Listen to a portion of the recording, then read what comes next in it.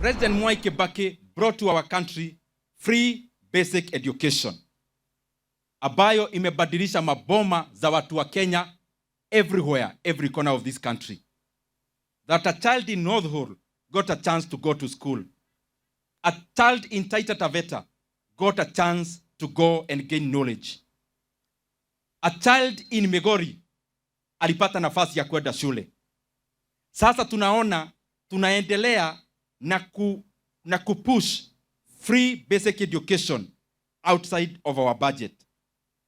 Na juzi, it was very disheartening to see viongozi wa serikali ati wanasema ati wanakuja kuongea na wazazi wa Kenya ati wazazi wakuwe wanachagia kulipa examinations.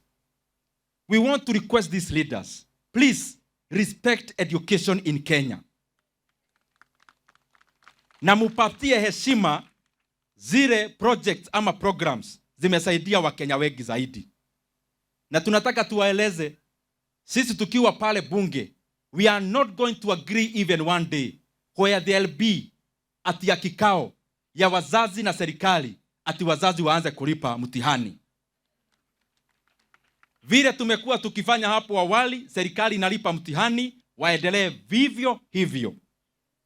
Na kwa hivyo hata ile pesa hawajaweka ya mtihani, wajue kule watatafuta, waache kwanza kurenovate hizo nyumba kubwa kubwa zinakuwa renovated. Waweke pesa katika elimu, waweke pesa katika exams, na hiyo sio tafadhali.